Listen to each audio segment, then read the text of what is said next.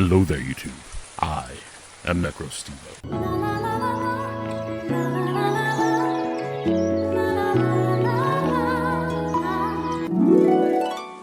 Hello there, YouTube.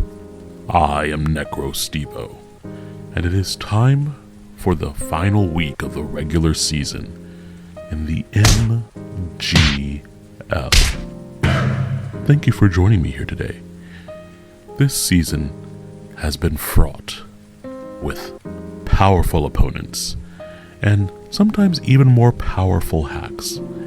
However, that will not stop us from bringing the full power that we can bring against this week's opponent, Crepuscul, coach of the Twilight Slashers.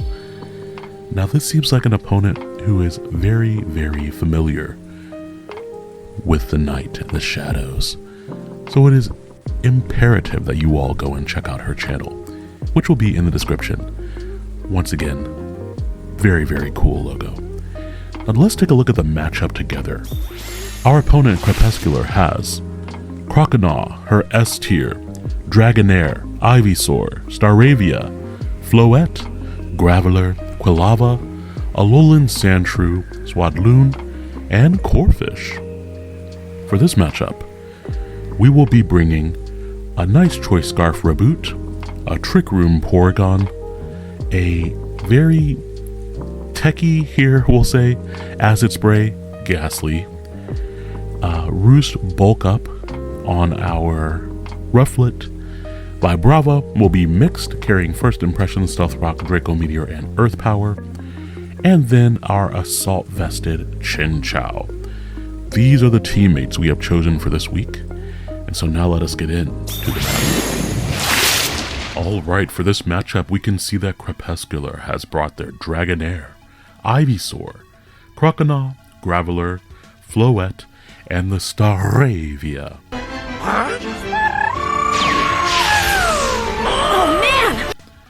For this matchup in particular, I actually did not foresee the Graveler coming, just because of my grass and water types. And in that slot, I expected to see, like the Quilava maybe Scarf with Eruption, or the Corphish maybe Banded. But I was quite okay with this matchup as I saw, or rather foresaw, the other Pokemon coming here. We are going to move forward with trying to lead with our Vibrava because we can use this as an opportunity to set up our rocks very early. Our opponent does not have removal with the 6 Pokemon that she has chosen, and so if I get those rocks, them babies are staying there. Hi, I'm here to sit on the baby. However, I also don't have removal this week, so hopefully I don't let the Graveler get up rocks. But don't worry about it, don't worry about it. It's no big deal. The other things that I noticed looking at this matchup right away is that if I can set up a bulk up or two with my Rufflet, I can have a really, really good time here. Now with Rufflet, I did go with bulk up Aerial Ace because I did want to avoid the missing chance of Brave Bird. But Brave Bird is literally twice as strong as Aerial Ace, so hopefully that won't come back to bite us in the booty. You better hang on too.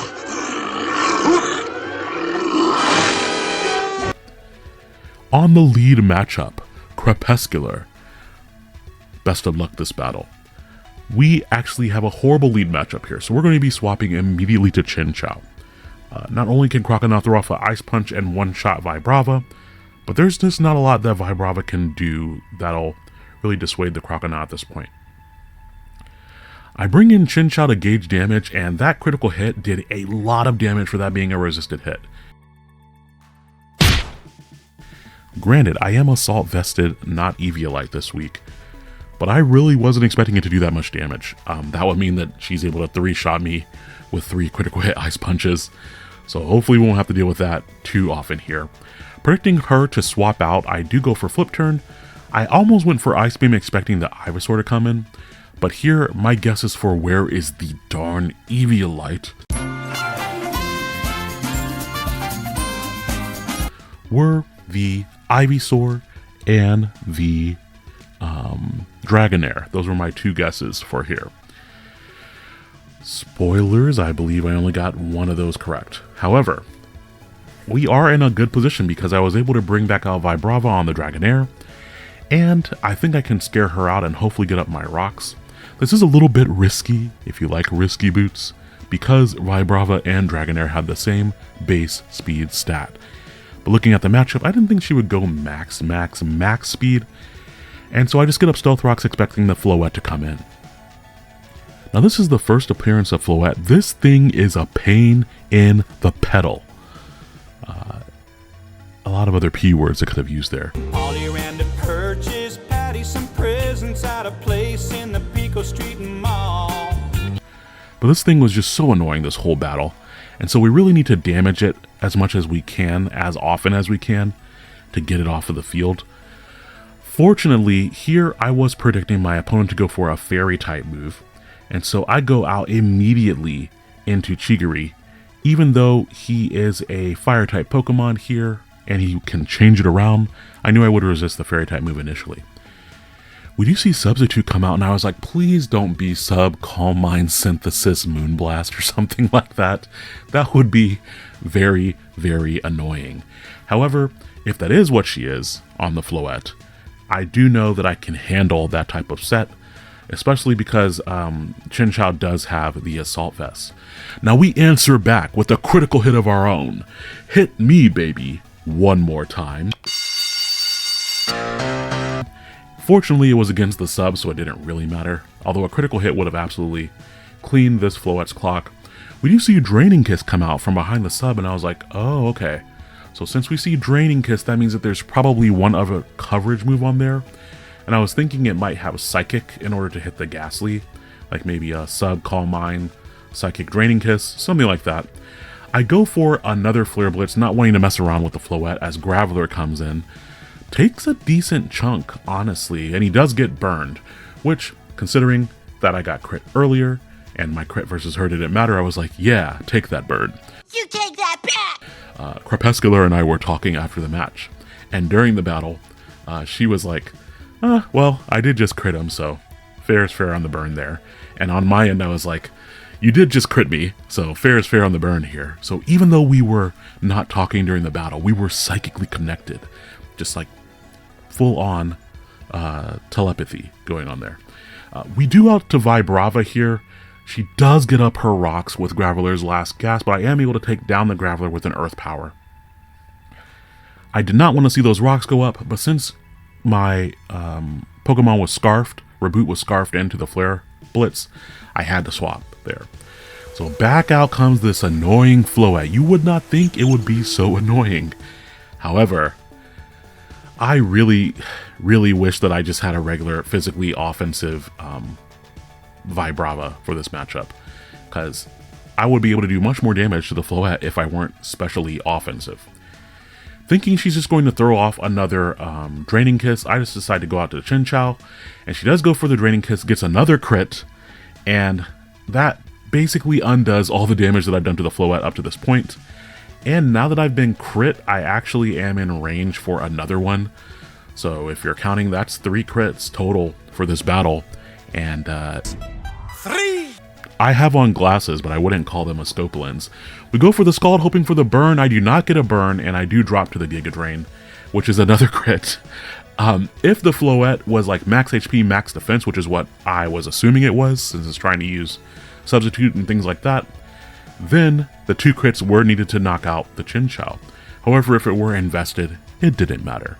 But boy, did it do some psychological damage. I was like, stop critting me. How can you keep striking me down, Crepuscular? Aren't we both denizens of the night? Do we not both walk in that twilight hour? Hello, Mr. Possum. Enigma of the trees, upside down denizen of the night, taunting gravity. Buddy, with my your... monkey. I go out to Ghastly after Chinchou goes down because I can easily threaten with the Poison type move here.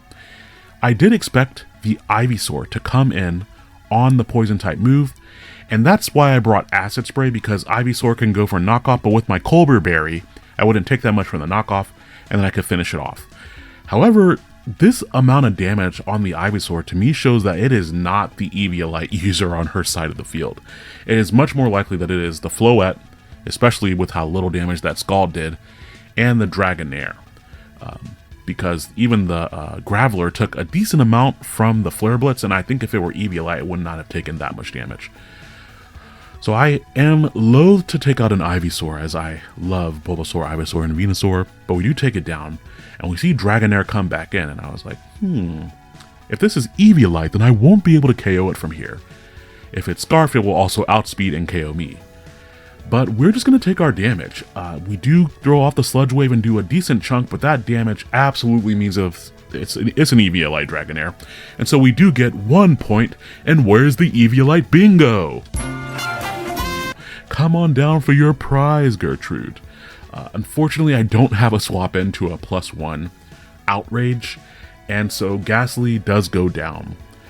But this does give me an opportunity. Outrage locks you into using it for several turns, and I know that my Reboot is faster.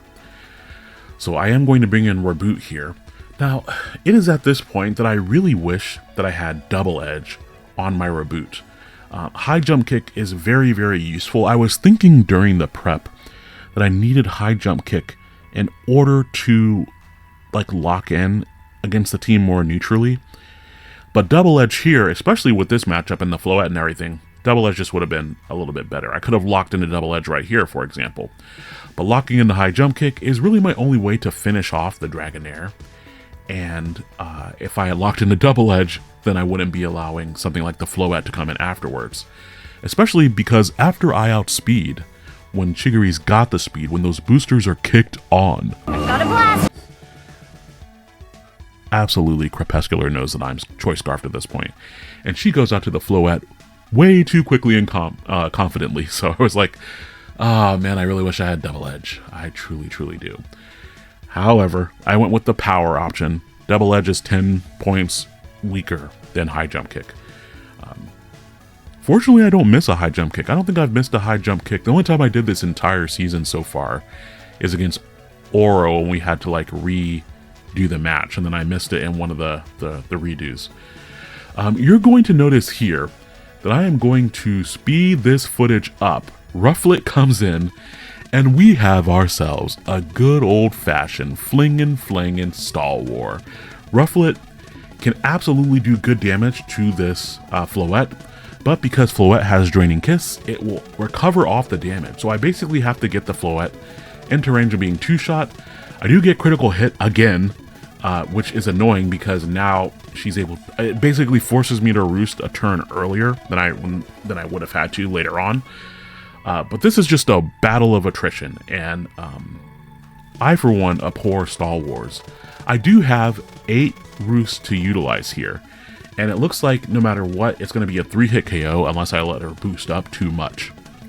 So we have a nice little Stall War. This is a good time for me to thank you all for watching, and for me to thank Crepuscular for the match, and for me to be annoyed that I'm in the Stall War. It's taking so long.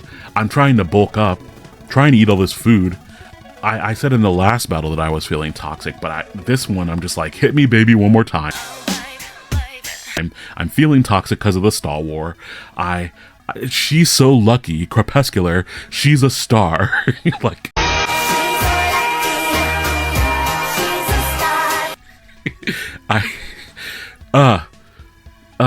We get down to a critical amount of HP, and I was like, okay, I just gotta throw off a move. I do over half, and I got it to a decent amount because she doesn't recover that much. But after all of that Stall War nonsense, we have the Floette at half, and it might not be in range of my Reboot. Now, it did look like a roll in my favor. It was something like a 44 to 52% roll or something like that. So I had a good shot of KOing here. The downside is I'm going to take that recoil and it could KO me. But she doesn't have that many pieces left. So as long as I take the KO here, that's bad. So that's a write-off. That's a write-off? Yeah. I do get knocked out by the recoil, but I think that Rufflet would have been more happy with Reboot going down if we were able to take out the Floette. So, Floette's at a critical amount of HP, and I'm looking at my options here. Floette is now it's at like +5/+5 on special attack and special defense. and I'm thinking that first impression actually might do more damage. When I looked at the damage calc, it said that first impression could do around 9 to 10% on the high end. Meanwhile, Earth Power did around 6%, and she lives the first impression. I've reached the top, and I won't.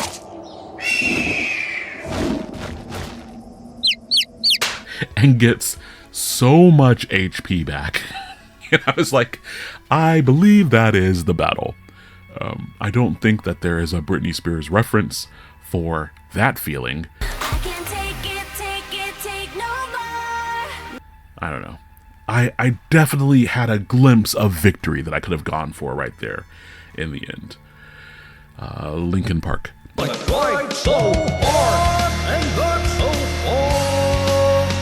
But I do try to set up the Trick Room here just so I can lower the differential. But I would need some sort of proc from the Tri-Attack. If I had gotten the Skull Burn earlier, then I wouldn't be in this position either. I don't get the Skull Burn now. No Revenge crits either. Which, not that I'm doing any of those things. Those are just the only outs that I had at this point in the battle.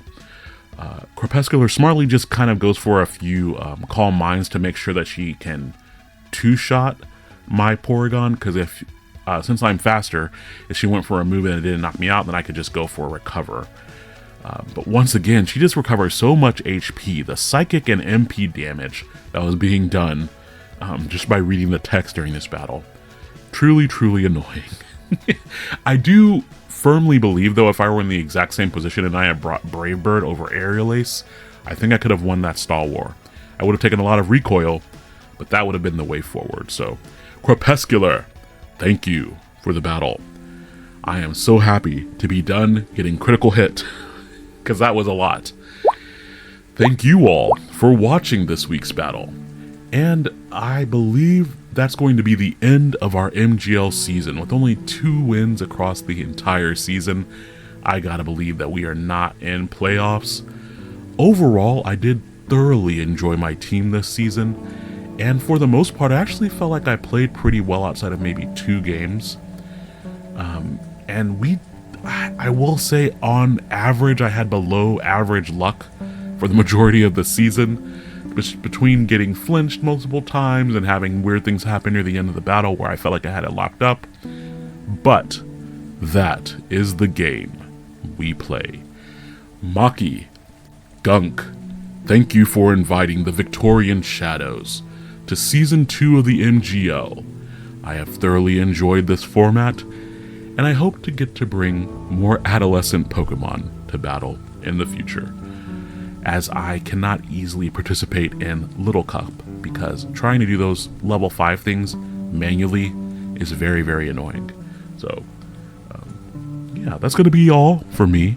Thank you all for watching, and I hope you all enjoyed the Get Readies with me. If you did, I would love a little bit of feedback. We're going to be doing a couple of Champions Leagues next, and so Get Ready with me, of course, will look a little bit different for those. But if you did enjoy them, let me know. I'm happy to provide multiple things for you, your viewing and listening pleasure. I will talk to you all very soon, and I hope you have a good night. Goodbye.